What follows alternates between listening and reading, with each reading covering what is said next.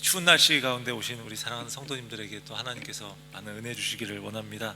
우리 지난주의 말씀을 통해서 하나님이 자신의 백성에 대해서 징계하시지만, 그 죄에 대해서 징계하시지만 이제 그들과 새 언약을 맺겠다라고 말씀하신 내용을 보았습니다. 새 언약의 특징이 무엇이죠? 옛 언약은 하나님의 계명을 돌판에 새겼었는데 이제는 그들의 마음 가운데 새겨주신다라고 하는 겁니다. 하나님을 아는 마음 혹은 하나님의 말씀을 그들의 마음에 넣어주셔서 이제 그들이 하나님을 알게 하시고 하나님의 말씀에 대해서 자발적으로 순종하도록 하시는 거예요. 하나님의 말씀을 이제 내면화해서 하나님의 백성다운 삶을 살아가도록 하시는 겁니다. 오늘 본문인 예레미야 32장에서는 예레미야가 밭을 사는 이야기가 나옵니다. 30장부터 33장까지가 위로의 책이라고 이야기를 했는데 오늘 본문도 마찬가지입니다. 그래서 오늘 본문의 26절에서 44절까지 읽었지만 그 앞부분의 내용도 같이 전체적으로 우리가 본다고 생각하시면 되겠습니다. 그래서 본문의 말씀이 무엇을 이야기하고 있는지를 우리가 함께 살펴보고자 합니다. 그래서 본문의 배경을 32장 1절 2절에서 이렇게 보여주고 있습니다. 본문 화면을 띄워보면요, 유다의 시드기야 왕 열째 해 곧 느부갓네살 18째 해에 여호와의 말씀이 예레미야에 임하니라. 그때 바벨론 군대는 예루살렘을 에워싸고 선지자 예레미야는 유다의 왕의 궁중에 있는 시위대 뜰에 갇혔으니, 이렇게 이야기하고 있어요. 그러니까 시기는 유다의 시드기야 왕 때 10번째 해이고요, 바벨론으로 치면 느부갓네살 왕 18째 해, 이렇게 이야기합니다. 이 두 나라의 그 연대가 같이 나오고 있어요. 두 나라가 함께 지금 엮여 있는 심각한 사건이 있기 때문에 두 나라의 역사를 함께 기록하고 있는 겁니다. 그것은요, 바벨론이 남왕국 유다의 수도인 예루살렘 성을 포위하고 있는 그런 상황 속에 지금 오늘 본문의 이야기가 이제 전개되고 있는 겁니다. 그래서 유다가 바벨론에게 망했던 때가 주전 587년이니까 아마 그 직전해였던 주전 588년 정도, 아마 그때 이제 사건을 이제 다루고 있는 겁니다. 나라의 운명이 끝나가고 있는 상황 속에서 예레미야에게 하나님의 말씀이 임했는데, 그때 예레미야는 어디에 있었는가 하면 유다 왕궁에 있는 그 시위대 뜰에 갇혀 있었다라고 이야기하고 있습니다. 시드기야 왕이 예레미야를 가둔 까닭이 무엇입니까? 3절에서 5절까지 나오는데 이건 이제 띄우진 않고요, 간단하게 정리하면 이렇습니다. 예언자인 예레미야가 시드기야에게 하나님의 말씀을 전했습니다. 그런데 그 내용은 유다가 바벨론에게 망할 것이고 시드기야는 바벨론 왕에게 사로잡혀서 바벨론으로 끌려가게 될 것이다 하는 내용이었습니다. 그리고 그것은 하나님의 뜻이다 라는 이야기입니다. 그러니까 그동안 계속해서 전해왔던 메시지를 일관되게 계속 이야기하고 있는 겁니다. 근데 예레미야가 이렇게 유다와 시드기야의 운명에 대해 예언했는데 시드기야 왕은 그 예언을 받아들일 수가 없었습니다. 그래서 크게 노한 왕이 결국 예레미야를 유다 왕궁의 시위대 뜰에 가둔 거예요. 화가 나기도 했고, 또 예레미야가 다른 사람들에게 그런 메시지를 전하지 못하도록 하는 그런 이유도 있었습니다.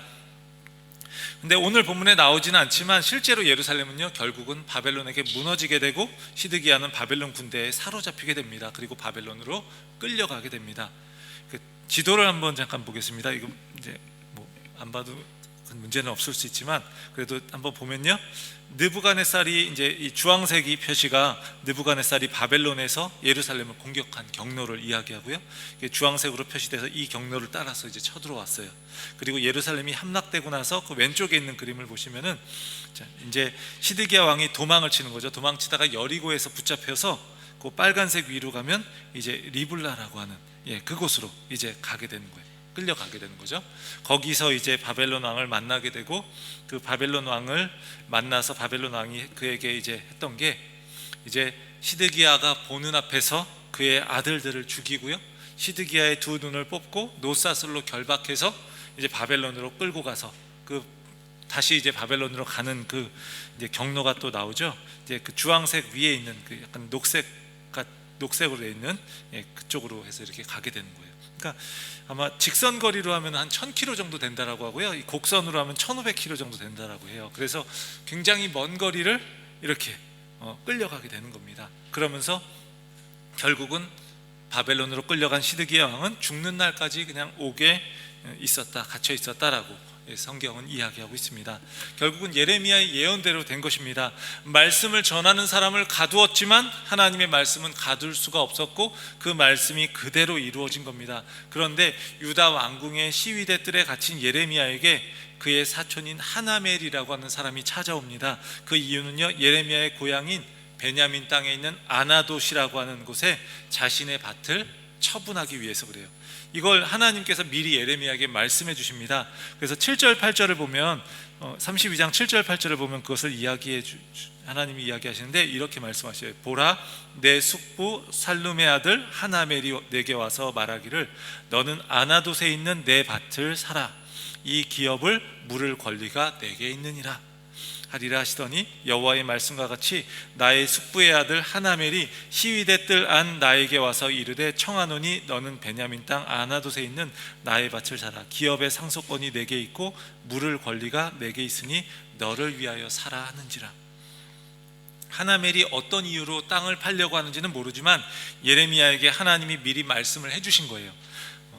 말씀하신 대로 하나멜이 와서 우리 가문에 물려주었던 땅을 사라. 기업 물을 권리가 당신에게 있다 라고 이야기를 하니까 이제 하나님의 말씀인 걸 미리 들었기 때문에 그렇게 하는 거죠. 기업을 물은다라는 것은요, 구약에 나오는 오래된 관습입니다. 이스라엘이 생각하는 땅의 개념은 우리랑 좀 달랐습니다. 그래서 가나안 땅에 들어갔을 때 그들이 그 땅을요, 돈을 받고 각 지파별로 땅을 산 게 아니고요, 그 땅은 하나님이 지파별로 나누어 주셨습니다. 그리고 그 땅은 하나님의 소유라고 생각을 했습니다.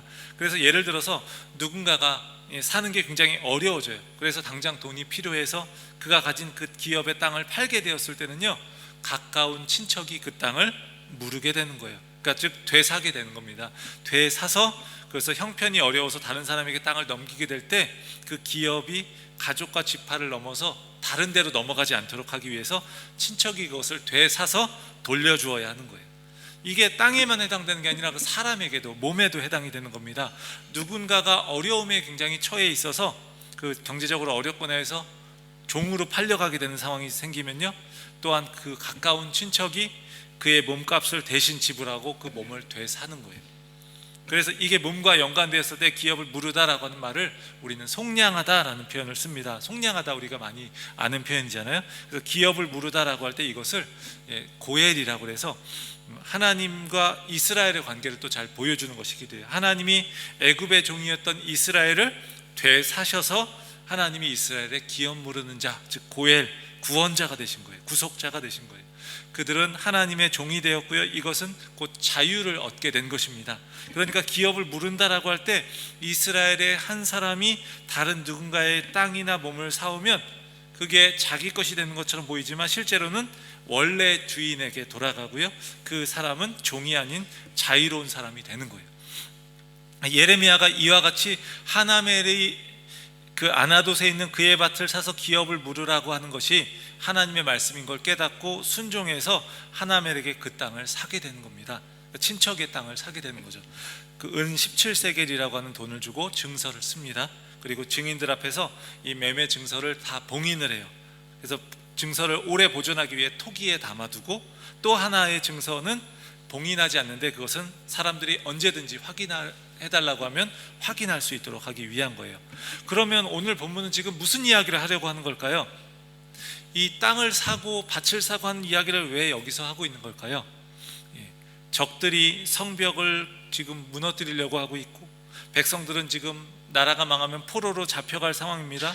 그런데 예레미야는요, 지금 땅을 사고 있는 겁니다. 거기서 그가 나무를 심고 포도를 손질하거나 집을 지을 가능성이 전혀 없는 그런 상황이에요. 어쩌면 그가 다시 이것을 볼 수 없는 확률이 높은데 그 땅을 사고 있습니다. 굉장히 어리석은 것처럼 여겨지지 않습니까? 우리가 땅값이 떨어질 것 같은데, 근데 그 땅을 산다고 하면 그 사람을 뭐라고 부르죠? 우리가 보통 바보라고 부릅니다. 그 사람을.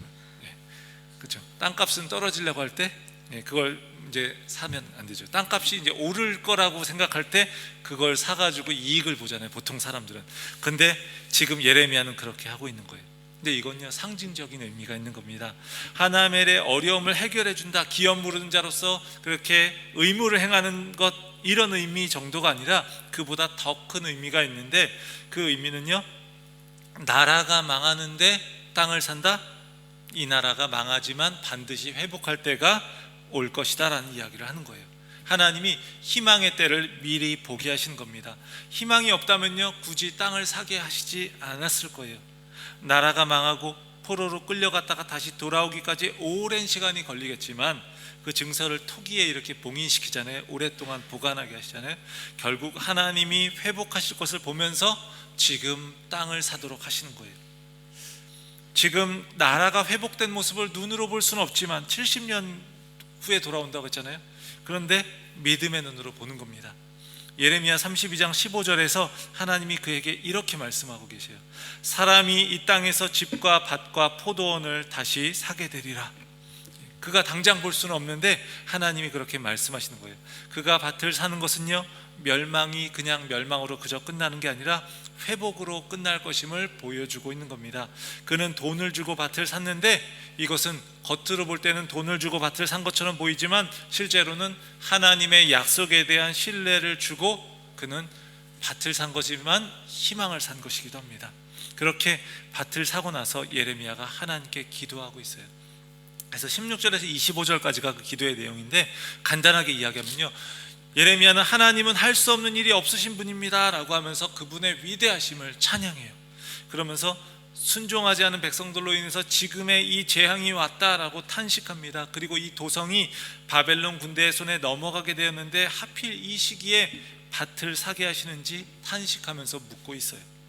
그리고 하나님은 예레미야의 기도에 응답하십니다. 27절에서 이렇게 물으셔요. 내게 할 수 있는 일이 있겠느냐?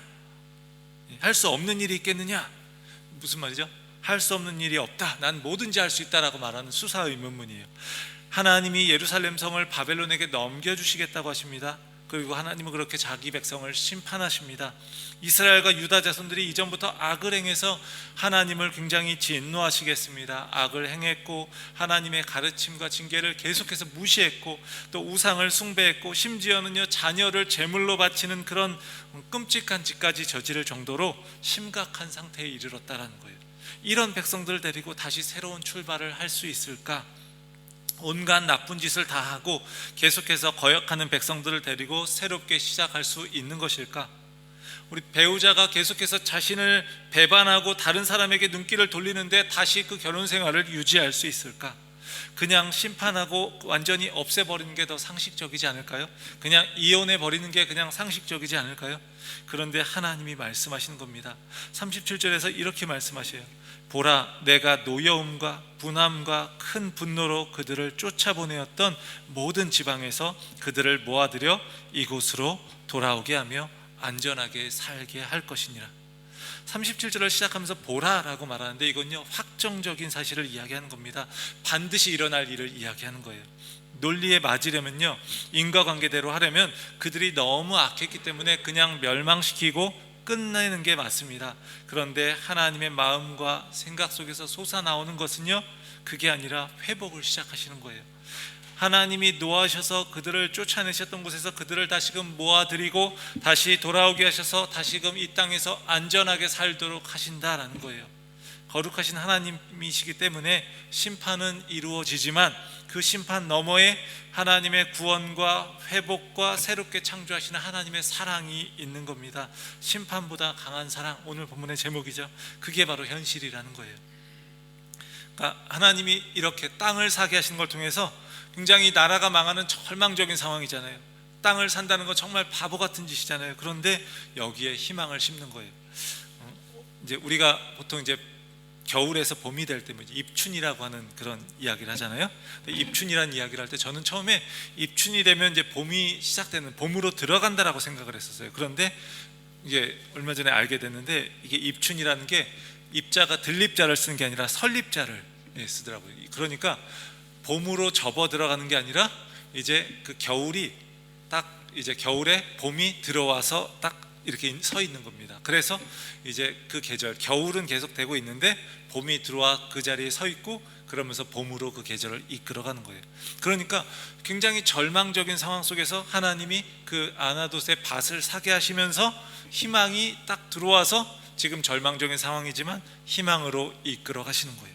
예, 이렇게 거룩하신 하나님이기 때문에 심판하시지만 그렇지만 그게 끝이 아니라는 데서 희망이 있는 거죠. 심판 너머에 하나님의 구원이 있고 회복이 있고, 그래서 하나님의 사랑이 거기서 나타나게 되는 겁니다. 이런 겁니다. 왜 하나님이 심판하시는지 물으면요, 하나님은 이렇게 말씀하시는 겁니다. 너희의 죄 때문이다. 시드기야가 예레미야에게 이야기했죠. 왜 너는 그렇게 말하냐 라고 이야기할 때, 왜 우리가 망한다고 이야기하느냐 라고 이야기할 때 하나님이 대답하시는 거예요. 바로 너희들의 죄 때문이다. 너희들이 그렇게 내 앞에서 우상을 숭배하고 정말 수많은 악을 행했고, 그랬기 때문에 너희를 나는 벌할 수밖에 없다 하시는데, 예레미야에게 땅을 사도록 하시면서 희망을 말씀하시는 하나님, 그 하나님께 우리가 망하지만 우리가 어떻게 미래의 희망을 가질 수 있는지 우리가 하나님께 물어보면요, 하나님은 이렇게 대답하시는 거죠. 내 은혜 때문이다. 나의 은혜 때문에 나는 너희들을 회복할 것이다. 심판보다 강한 하나님의 사랑이 자리 잡고 있는 겁니다. 하나님은요, 다시 그 백성들과 관계를 맺으셔서요, 그들은 하나님의 백성이 될 것이고, 그들은 또한 하나님은 그들의 하나님이 될 것이라는 거예요.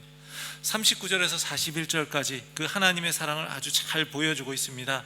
내가 그들에게, 우리 같이 한번 읽어보겠습니다. 내가 그들에게 한 마음과 한 길을 주어 자기들과 자기 후손의 복을 위하여 항상 나를 경외하게 하고, 내가 그들에게 복을 주기 위하여 그들을 떠나지 아니하리라 하는 영원한 언약을 그들에게 세우고, 나를 경외함을 그들의 마음에 두어 나를 떠나지 않게 하고, 내가 기쁨으로 그들에게 복을 주되 분명히 나의 마음과 정성을 다하여 그들을 이 땅에 심으리라. 우리 지난번에 새 언약을 이야기할 때 그 내용을 다르게 표현한 것 같아요. 항상 하나님께 등을 돌리는 그런 자신의 백성들을 긍휼하게 여기시는 하나님이요, 그 백성들과 함께 다시 언약을 세우고 하나님을 경외하는 마음을 그들 속에 두십니다. 그리고 정성을 다해서 그들을 이 땅에 심으시겠다라고 하시는 거예요. 참 놀라운 하나님의 사랑입니다. 죄악으로 인해서 그 땅에서 뽑혀서 정말로 머나먼 이국 땅에 사로잡혀가는 그들을 다시금 돌아오게 하시고 그 땅에 다시 심으시는 그 회복의 사랑, 그게 있어서 예레미야는요, 지금 절망적인 상황 속에서도 바로 믿음의 눈으로 희망을 보게 되는 거예요. 그 땅에서 뿌리 뽑혀서 저기 머나먼 이국 땅으로 옮겨졌다. 우리는 이 마음을 좀 잘 이해하실 수 있을 것 같아요. 우리가 한국에 있는 분들 같은 경우 많이 한국에 있다가 거기서 우리가 이 땅에 심겨진 거잖아요. 이민자로서. 그런 것처럼 어쩌면 그 바벨론으로 이렇게 유배된 그런 유다 백성들의 마음을 조금은 좀 더 잘 이해할 수 있지 않을까라는 생각을 좀 해보게 돼요. 그렇게 이 땅에서 뽑혀서 저 멀리 바벨론 땅으로 갔던 그 유다 백성들, 그들을 다시 돌아오게 하셔서 다시금 원래 그들의 땅, 하나님이 회복하시는 그 땅에 다시금 심으신다. 이것을 절망 속에서도 믿음으로 바라보는 거예요. 이 절망적인 상황 속에 하나님이 희망을 딱 심으셔서, 마치 겨울이 정말 계속되고 있는 이 한 추운 겨울이 계속되는데 봄이라는 계절을 그 안에 딱 넣으셔서 그 계절을 따뜻한 봄으로 끌고 가시는 것처럼 하나님이 그렇게 하신다는 거예요. 이렇게 믿음의 눈으로 그 희망을 바라보는 겁니다. 오늘 이렇게 찬양을 하면서, 사실 제가 찬양을 한 곡을 이제 기도회 때 찬양을 이렇게 보내드리는데 집사님한테, 집사님이 그걸 가지고 또 다른 이제 찬양을 뽑는데, 시간을 뚫고 이 찬양이 더 오늘은 메시지에 더 맞는 것 같습니다. 우리 집사님이 더 이렇게 기도를 많이 하시는 것 같아요. 그래서 기도를 많이 하시고 그래서 더 잘 뽑으시는 것 같아요. 이따가 그래서 원래 하려고 했던 찬양 대신에 시간을 뚫고를 할지도 모르겠어요. 그래서 그런데 하나님이 이렇게 심으신다라는 거, 이렇게 마치 예수님이 시간을 뚫고 이 땅 가운데 오신 것처럼 하나님이 절망 가운데 이 희망을 심으시는 거예요. 사람들이 보기에는요, 예레미야는요, 대세를 모르고 투자해야 할 시점도 모르는 그런 미련한 사람이었을지 모릅니다. 평안할 때 온통 심판과 멸망의 말씀을 계속해서 전하면서 그 스스로가 환난과 핍박을 자초했어요. 그냥 가만히만 있어도 중간은 갈 텐데, 그가 굉장히 평안한 때 우리는 망한다, 우리는 심판받는다, 계속 그러면서 환난과 핍박을 자초했어요. 그리고 나서 이제는 예루살렘이 무너지기 일보 직전에 왔더니 갑자기 또 땅을 사들이는 모습을 보이고 있는 겁니다. 인간적인 눈으로 볼 때요, 굉장히 계속해서 엇박자로 행동하고 있는 모습이에요. 정말 어리석어 보이는 그가요, 하나님의 회복하시는 그 역사를요 미리 경험하면서 가고 있는 겁니다. 회복은 아직 오지 않았지만, 그렇지만 그는 이미 밭을 사면서 바로 이미 멀리 있는 회복을 지금 여기서 이미 실행하고 경험하고 있는 거예요. 그는 세상과 거꾸로 가고 있습니다. 세상의 흐름과 풍조에도, 현재의 상황이나 조건에도 그는 좌우되지 않고요, 그는 오직 하나님의 약속을 믿고 살아가고 있는 겁니다. 그런 예레미야는요, 비록 갇혀 있지만 그가 전하는 하나님의 말씀은 가둘 수 없는 겁니다. 예레미야는요, 하나님의 심판을 넘어서 믿음의 눈으로 미래의 비전을 바라보았습니다. 심판보다 강력한 사랑에서 오는 그 회복의 비전을 바라보았습니다. 예레미야의 이 이야기를 통해서요, 우리는요 무엇을 또 보게 되는 거죠? 우리 역시도 비슷한 걸 보게 되는 겁니다. 예레미야와 같은 믿음의 눈으로 우리는요 어떻습니까? 지금 예수 그리스도를 믿는 신자들은 어떻습니까? 마지막 심판을 넘어서는 영원한 회복의 비전을 바라보면서 살아가는 게 바로 우리라는 거예요. 우리는요 예수 그리스도의 십자가와 부활을 통해서 회복에 대한 하나님의 약속이 이루어졌다라는 것, 그리고 그것을요, 그게 아주 완전히 완성되진 않았지만 지금 우리 삶이 때로는 깨어진 모습도 있고 또 여러 가지 아픔도 있고 고통도 있지만, 그래서 완전히 완성된 것처럼 보이진 않지만, 완성되진 않았지만 그것이 결국은 완성될 것이라는 걸 우리는요 누구를 통해서 보증받는 거냐면 성령님을 통해서 보증받는 거예요. 그래서 우리는 그 하나님의 사랑 안에서 그분과 영원히 함께하는 겁니다. 이것이요 바로 히브리서 11장 1절이 이야기하고 있는 그 믿음이 이야기하고 있는 바라는 것들의 실상이요 보이지 않는 것들의 증거라고 하는 이 믿음으로 바라볼 우리의 미래라는 거예요. 우리의 미래에는요, 우리는요 지금은 비록 때로는 우리가 여러 가지 잘못도 저지를 때도 있고 또 고통 가운데 있기도 하고 상처를 받기도 하고 괴로움 속에 있기도 하지만, 그러한 모든 것들을 뛰어넘는 그 하나님의 회복의 역사가 반드시 있을 거라는 걸 우리는 예수 그리스도의 십자가와 부활과 성령의 역사로 우리는 지금 여기서 그것을 미리 보고 미리 누리는 겁니다. 바로 이게 확실하다는 것을 우리는 아는데 눈으로 보지 못했지만 그것은요 신실하고 변함없는 사랑의 하나님이 약속하신 것이기 때문입니다. 그래서 예레미야가 밭을 사면서 그가 먼 훗날에 있는 하나님의 회복의 약속을 바라보았던 것처럼 우리 역시도 지금은 비록 우리의 삶이 여러 가지로 때론 부족하고 문제도 있고 그럴 수 있지만, 하나님의 영원한 회복으로 인해서 지금은 많은 것들을 잃어버리는 것처럼 보일 수 있지만 결국은 아무것도 잃어버리지 않게 되는 그날을 바라보면서 우리는 지금 여기서 마치 그날을 지금 여기서 누리면서 살아가는 그런 하나님의 백성이 되어야 하는 겁니다. 오늘 이 시간 우리가 그것을 깊이 알기 원합니다.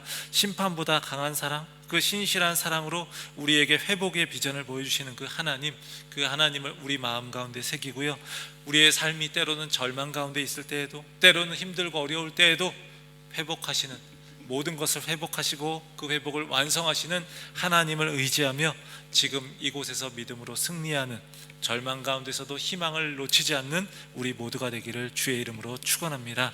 우리 함께 이 시간 찬양하겠습니다. 우리 아까 말씀드린 것처럼 우리 시간을 뚫고로 찬양을 좀 바꾸겠습니다.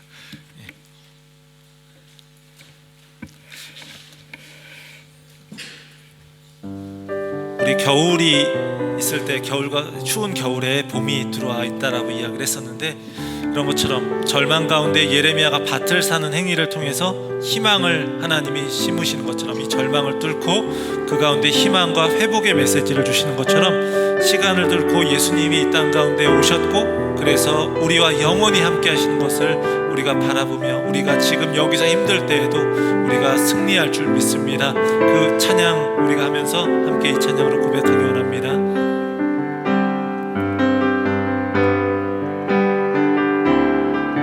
당신은 시간을 뚫고 이 땅 가운데 오셨네. 우리 없는 하늘 원치 않아 우리 삶에 오셨네. 자신의 평안 버리고 우리에게 평안 주셨네. 가장 낮은 자의 모습으로 우리 삶에 오셨네.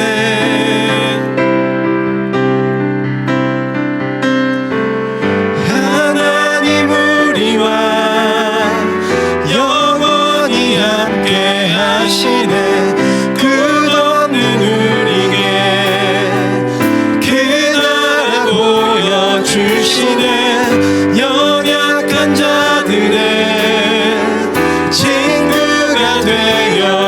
주시고 힘없는 우리의 인생을 위로하시네. 당신은 시간을 뚫고 당신은 시간을 뚫고 이 땅 가운데 오셨네. 우리 없는 하늘 원치 않아 우리 삶에 오셨네. 자신의 편안 버리고 우리에게 평안 주셨네. 가장 낮은 자의 모습으로 우리 삶에 오셨네.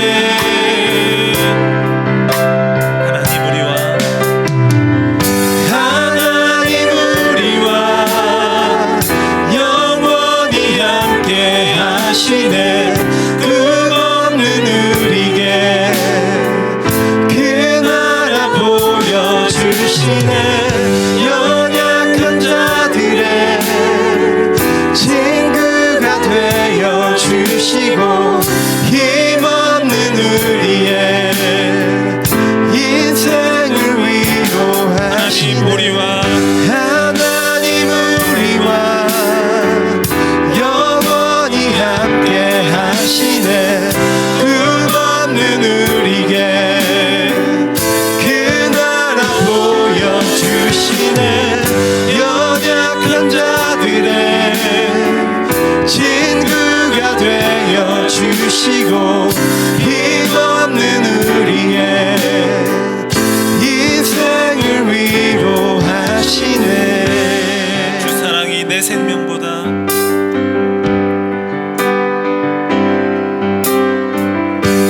주 사랑이 내 생명보다 귀하고 주 사랑이 파도보다 더 강해요. 세월이 가고 꽃은 시들어도 주 사랑 영원해. 주님 사랑 신실해. 다시 한번 고백합니다. 주 사랑이 내 생명보다 귀하고 주 사랑이 파도보다 더 강해요. 세월이 가고 꽃은 시들어도 주 사랑 영원해. 주님 사랑 신실해요. 우리 이 시간 함께 기도하기 원합니다. 예루살렘이 망하는 그런 절망적인 상황 속에서도 하나님은 예레미야에게 밭을 사게 하심으로 회복을 또 약속하시는 것처럼 우리의 삶에서도 정말로 힘들고 어려운 일들이 있을 때 우리가 하나님 앞에 제대로 살지 못하는 것 같아서 우리가 또 절망하고 또 좌절할 때 있지만, 그럼에도 시간을 뚫고 우리 가운데 오신 우리 주 예수 그리스도 그분으로 인하여서, 그 사랑으로 인하여서 우리는 회복의 희망을 가질 수 있고 우리 하나님께서 그것을 성령을 통해 보증하시는 줄을 믿습니다. 우리가 그것을 붙들고 우리가 신실하신 하나님 의지하여서 삶이 어렵고 힘들 때에도, 절망스러울 때에도 회복하시는 하나님을 향한 그 희망을 놓지 않도록 우리 함께 그 믿음 주시옵소서. 우리 함께 기도하겠습니다.